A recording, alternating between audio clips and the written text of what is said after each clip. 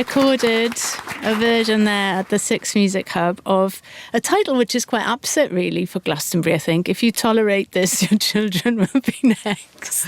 I mean, we've been lucky enough to come back here for quite a while, Nicky. Welcome, by the way, to the studio. It's a pleasure to be here. First question then, when was the first Glastonbury you came to? It was 94, I think. It was the year of the Holy Bible, maybe 95. We'd released Faster and PCP and we were in our full Apocalypse Now mode and we were really... And you remember it quite clearly, yeah, do you? And the feeling of doing Glastonbury for the first time, for a band, can you remember that? It seemed gargantuan at the time. And we kind of went the opposite way. As only time we've played as the four of us were Richey in the band for a start. So we were at full pelt, enmity to the world, we were kind of totally on our own. So it was quite a nasty gig, but sort of really enthralling as well. Nasty in terms of the energy or the aim? Or And just the stuff I was saying. You have a microphone in front of you, Nicky. You use it, don't you? I mean, you never came into this world to make music not to try and change things for good. Let's call it provocative. And I remember we started with Faster and we sort of coerced the public image line into it. The hello, hello, hello. So we did an extended intro. But it was great. It was a really powerful show. I think the Boo Radleys were on before us.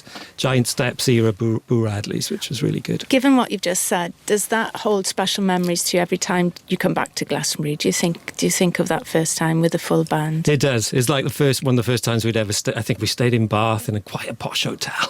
Did you? In the Hilton, where it felt posh, and then we came in on the day and it was... As you know, is so radically different then, mind. There wasn't many checks to get in or anything. It took me 2 hours to get in today. You got up over the ladder back then, didn't you? Indeed. And it was kind of nice and in this kind of amateur formation, if you know what I mean. And then it just got bigger and bigger and bigger, obviously. But it's still, look, when you're young, you think it's all about you and you just want to destroy. And then when you get old, you want to preserve and you realise it's about everyone who's here. Do you work on projects now that are completely out of the world of what you would normally imagine a bass player or a musician would do? I do, yeah, because the Manics is a big juggernaut when you have to crank that up. I mean, it's taken us about 8 weeks to get together just to do 2 gigs this summer. So it is nice whether just to write or I've just done like a little solo album myself as well. How did that sound? It's like C86 meets Bitches Brew, Miles Davis. Nice. Yes. Who's playing trumpet?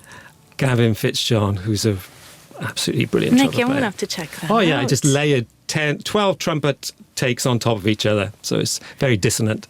But yeah, I'm always writing. My instrument was always the pen. Mm-hmm. And I can't stop writing. In terms of writing heroes, I've been wanting to ask this to you for years. Could you list some of the ones that really turn your head and make you think that you adore and go back to? I think it starts off like more teenagers, definitely Jack Kerouac and Ginsberg and the Beats and Philip Larkin and Elizabeth Jennings and Sylvia Plath. And then I just had the huge reawakening from R.S. Thomas, really, when I was about, Whoa. Which...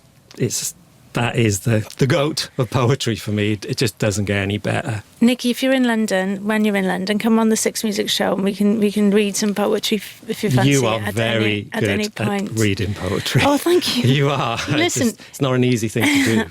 Well, when the words open up new worlds to you, yes, or make you think differently, then you know it's something special. Yeah.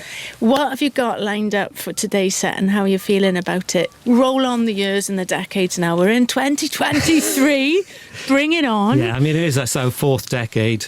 We did the 90s, the noughties, the 2010s. You're looking great, by the way. You've got a white tuxedo, and I'm in white. It's perfect for a festival. White tuxedos, Nicky. It does help, I think. Reflects the light a bit, especially... I've never known weather like this at Glastonbury before, but... Are you wearing what you're wearing? I am, yeah. I thought Cool. I'd get it in early in case I'm Cool. refused entry somewhere. Listen, Tasha is listening.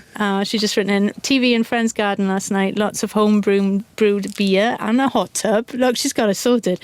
Slept on the grass. Looking forward to Manic Street Preachers and Guns N' Roses this evening. So yeah, are you allowed to say what you're starting with? What music are you going to play while you come on to the show? It is really difficult. We are like a sort of very small indie version of the Rolling Stones. We've done 15 studio albums now. It's a lot to try and cram into an hour. You've got a lot of hits, Yeah, Nicky. but I think Motorcycle Emptiness will sort of open get in with the that. show rolling. Yes. Oh, is it going to be Hit Central?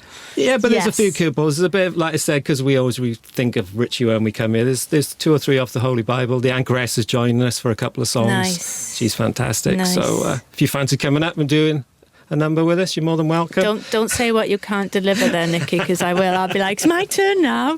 I don't think there'll be space.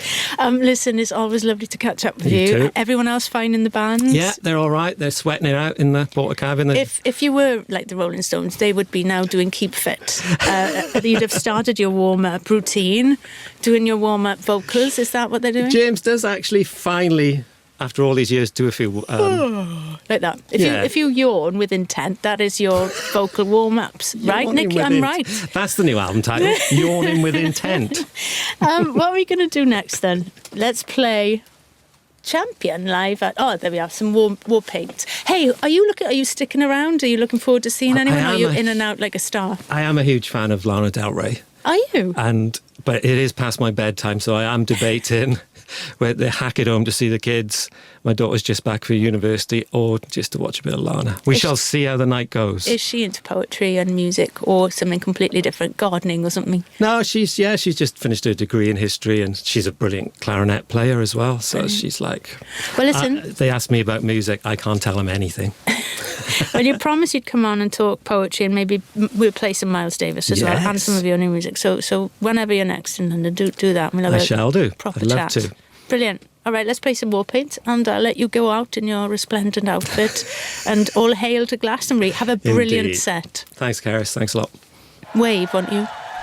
Wave when you're on stage, okay? I will.